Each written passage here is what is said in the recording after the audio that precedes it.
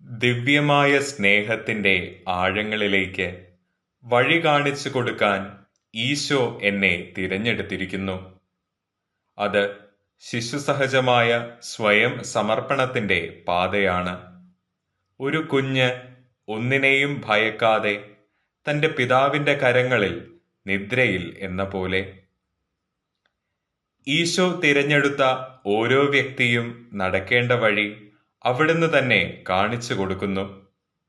സമർപ്പണ ജീവിതം ദൈവത്തിങ്കലേക്കുള്ള പാതയാണ്.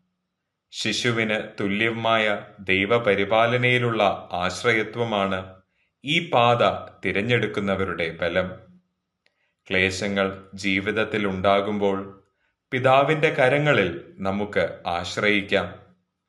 ഒന്നിനെയും ഭയപ്പെടാതെ ജീവിക്കാം. കാരണം വിളിച്ചവൻ വിശ്വസ്തനാണ്.